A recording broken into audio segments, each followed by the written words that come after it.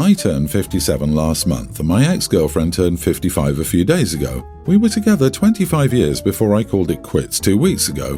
When my ex and I got together, she was a self-described open-minded person who, unlike other women I dated, did not start pulling my arm on the marriage issue after we passed the 1-year mark. She had a mom who grew up in Sweden where couples would live together and have children, but never marry. She was always on the fence about children. However, I didn't want children because at the time I was thinking about how much I was willing to sacrifice to start a business and how I'd resent my kids for getting in the way of that. We argued over this and went to counselling over this. Our arguments were interrupted by the fact that my startup costs led us to sell plasma to survive.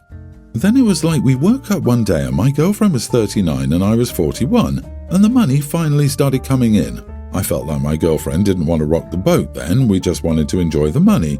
We travelled the world. She quit her job to volunteer for a charity. I got involved in causes too. However, I'm in my late 50s now and I think in the back of my mind, it never registered that the door to having biological kids was closed forever. But it hit home when my girlfriend sort of in a blasé way said, well, that's the end of phantom pregnancies for me when she found out she was menopausal at 53. Since then, I've been in an internal crisis because everything about my life has gotten old. My life felt empty. I'd worked through the emotional issues that prevented me from wanting kids, and now I desperately wanted a family. My doctor told me I wouldn't be the first older father. What's worse is that a lot of my once divorced friends who are also in their 50s have easily had healthy, happy children, and finally the time and money to devote to them. I felt I was in a place where I appreciated children, could provide for them, and would never take my children's mom for granted, always seeing her as beautiful, unlike guys in their 30s. I became more depressed and finally realised that if I wanted to do something about my desire to have biological kids, to see little quirks of myself reflected in my kids in a way that can only be described by biology, I needed to act now. So I sat my then girlfriend down and said that this was what I was struggling with. She tried to shame me by saying this was me having a midlife crisis and that I'd used up her time and owed her. Even called me narcissistic for not wanting to adopt, as she suggested, when nearly all parents try for biological kids before adopting. I'm letting her stay in my vacation house for a month so she can find her own place. The whole time she told everybody I was crazy and would wake up. Am I the idiot for changing my mind about kids at 57 and leaving my girlfriend because of it? Ex-girlfriend is acting like I don't get to change my mind. You are the idiot. You're the hugest moron ever. You're a monster. She spent her life with you, waiting for the timing to be right while it never was for you. Now that you're old enough to be a grandpa, you've decided you want kids, and the woman who loved you and suddenly spent her life on your goals, dreams and plans isn't good enough. I feel truly sorry for her. You've ruined her life, and you don't even care because it's all about you. Did I just read that this woman sold plasma for him and his startup business, and he manipulated her into staying with him, unmarried and never giving her kids, and he's graciously giving her a month to get the heck out of his property? Wow. Just wow. Poor woman should have pressured him into marriage at least. He's kicking her out and probably leaving her with nothing too, after the humongous sacrifice she made for his cruel butt. What a piece of crap. I love how it's your vacation house and your business, yet she contributed as much as you did to these things. She sold her blood, dude, to get your business started. You are a damn snake. If I was her, I'd sue the crap out of you, literally for half. Just to be clear, you're clearly not father material with what you just pulled. Finding someone and starting a relationship and planning for children will not be as easy as you think. He's gross for what he is saying, but what he isn't saying, I think, is probably even more gross. He's probably gotten some attention from someone much younger and is willing to flush a great relationship over it and grasp for a better reason. Opie's girlfriend is right. He's wasted her time, and I wish I could hug her over what's happening to her. I sincerely hope the younger chick milks this guy for all he's worth and delays having a child until this guy is dead. I, 26 male, live in a quiet suburban neighbourhood where everyone mostly gets along. However, my next door neighbours have 3 young kids, all under the age of 7. Lately, these kids have been playing in their backyard for hours on end and they can get pretty loud. They're homeschooled, so it's not like this will necessarily end in a week or two. Now, here's where it gets tricky. I work from home and have a small home office facing their backyard. The noise from their kids playing is driving me crazy. I can hear them shouting, laughing, and even screaming, and it's become extremely distracting during work hours. I've tried noise-cancelling headphones, but it's still quite disruptive. So yesterday, after yet another afternoon of non-stop noise, I went over and politely asked my neighbours if they could keep it down a bit during my work hours. I didn't want to come off as confrontational and even offered to help with suggestions for quieter activities. They didn't take it well at all. They got defensive and accused me of being insensitive to children's need to play and have fun. They said I should understand because I work from home and have more flexibility. It got a bit heated, and they made it clear they wouldn't change anything. Now, I'm left wondering if I was in the wrong for asking them to control their kids' noise during my work hours. Am I the idiot for expecting a quieter environment, or should I have just sucked it up and dealt with the noise? You are the idiot. They're kids playing in their backyard. Kids are doing what they should be doing. Work hours quiet time isn't a thing in neighbourhoods. You have to adapt, whether that means moving your workspace, working from an office, or otherwise making other changes to keep yourself from being distracted. That is not on the neighbours or their kids. I actually got second-hand embarrassment from reading this. Entitled much? Because you work from home, the kids that live next to you can't play outside? Sounds like you need to figure out how to make a more suitable home office. This is a you problem. Oh, the horror. Kids playing are not submerged in electronics. Many child development specialists recommend 3 hours of outdoor playtime daily for kids. Unstructured outdoor playtime encourages the development of emotional regulation skills, boosts physical activity and exercise, and helps socialize kids. It's not just good for them, it's essential to proper development. Sorry, dude, I can't believe you had to ask the internet. Leave the neighbors alone. I see you're 26 and therefore too young to live in a child-free 65-plus retirement community. Your other option could be a frat house, which I understand are famously child-free. I rather suspect it wouldn't resolve the noise issue for working from home. Perhaps if you're having difficulty adequately soundproofing your home in the suburbs, where your ears are regularly assaulted during work hours by the sound of children being children, you could work out an arrangement with your boss where he set up some kind of place for you to go and concentrate on your work. My 22 female parents passed away recently and have left everything to me and my sister, Tween. My parents were wealthy and set up a trust for my sister and me. I can get access to it now, but my sister has to wait until she's 21. My sister is going to a boarding school abroad and I'm working abroad. We're initially from a Southeast Asian country. Our family home is extremely huge and unoccupied as my parents have passed away. After discussing it with my sister, I decided to sell that house to pay for her education. I don't want to use her trust money because I believe it was set aside for her future after her studies, just like my parents did for me. My parents paid for my education, housing, etc. Since I just started working recently, I can't fully support my sister financially. We have 3 more houses, and I've decided to turn them into an Airbnb. The other 3 houses are just apartments and smaller than our main house. My sister and I have no plan to return to our home country, so I don't see the reason for keeping the house.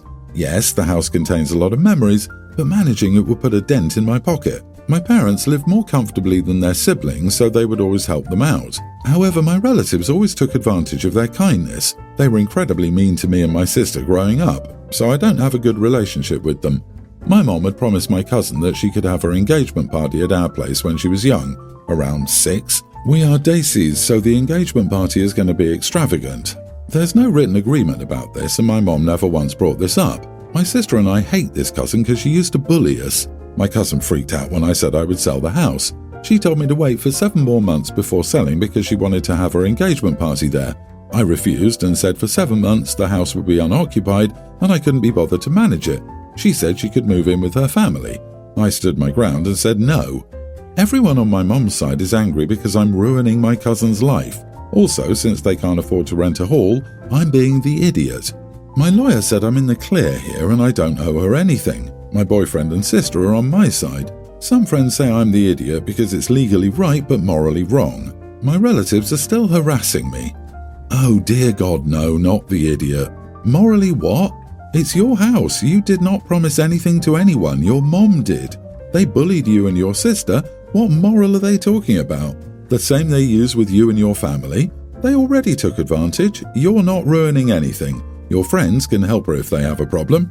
Wanting to move into your house for 7 months just so they can have the engagement party there is a huge red sign. They're trying to occupy your house and claim it's theirs or guilt-trip you into letting them stay there longer.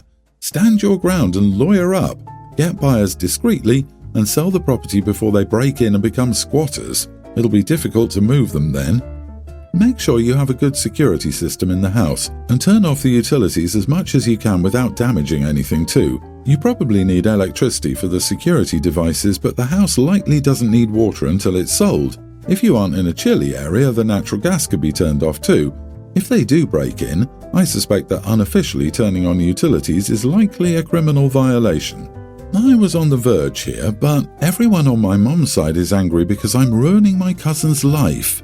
LOL, pathetic much? How do you ruin her life by not letting her use your venue?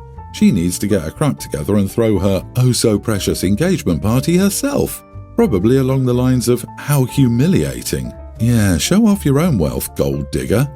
Definitely not the idiot, and I'm really sorry for your loss. You sound like a great big sister. We have 2 kids. I love to take family pictures. A lot of them are when they're in action, and that usually means I'm not in the photos. My husband doesn't really take photos, so really no pictures with me in them. So I booked a photo shoot to have a nice photo of the whole family. My husband has been a pain the whole time, not understanding why I'd like a family photo. All he had to do was show up wearing some decent clothes. We were doing it after I got the kids from school, and he showed up in a band t-shirt. I was angry, but the photos went on. We got into a huge argument after the kids went to bed. He told me I should be happy he showed up at all, and I blew up and told him I'm not his mother and he knows how to dress himself. He thinks I'm a jerk, but I feel he purposely messed up the photos. Is it that hard to wear a button-down or polo when I ask? Am I the idiot for telling my husband that I'm not his mother and he knows how to dress himself properly? We literally had a whole conversation about the kids' clothes and then what would match them. Not the idiot, but I don't understand why he had a problem showing up for the photos, and I don't understand why he wore a band t-shirt. He knew that was inappropriate. Perhaps it was a passive-aggressive attempt to get back at you for forcing him to be in the photo. I think his behaviour is pretty outrageous. And this is why people have the much ridiculed selfie sticks, so they can take photos of themselves and themselves with others because nobody else, I'm looking at your husband, can be asked to do it. OP, your husband doesn't have to understand why you want to have a nice family photo. He should go along with it and try to be appropriate, because it's important to you. What you wanted was harmless and really pretty common and nice. Now he gets to be memorialized in his band t-shirt. At the same time, it sounds like the rest of you looked cleaned up and nice. Yay! This is such an underrated yet critically important concept. You don't always need to understand why something is important to someone you care about. You just need to respect it, and you just do things for others because you love them. I want to ask, how long have you been carrying this dude? Does he not realize that father and husband are roles and not medals? He's trying to pass off the bare minimum as maximum effort, and you should be so lucky. I'm willing to bet that this process of his also counts towards other instances in your relationship. He absolutely did this on purpose. Why are you married to someone who cares so little about you? Also, this tactic was incredibly manipulative. No one really takes photos except professional photographers, which most of us aren't. Your husband is absolutely capable of snapping a few family pictures here and there because he knows it's important to you.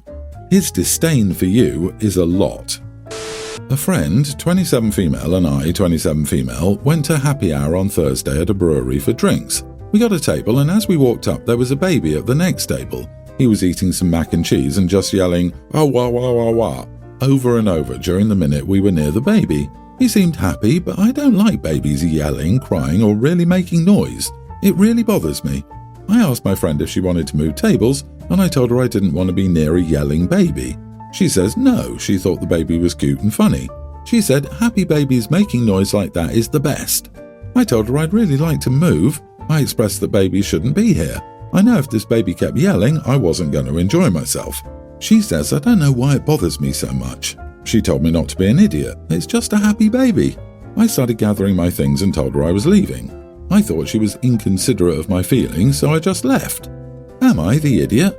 I might be one because I left my friend alone and tried controlling where we sat in the brewery. Not the idiot. You were seated near something that bothered you. You wanted to move to where the auditory environment would be more pleasing to you. You didn't try to have the kid and their designated caregiver removed or make rude comments to them. You wanted to remove yourself from the immediate vicinity. It was a small enough request to make of your friend. I don't blame you for leaving. I wouldn't want to be near a screaming baby either. You have choices, and you made one.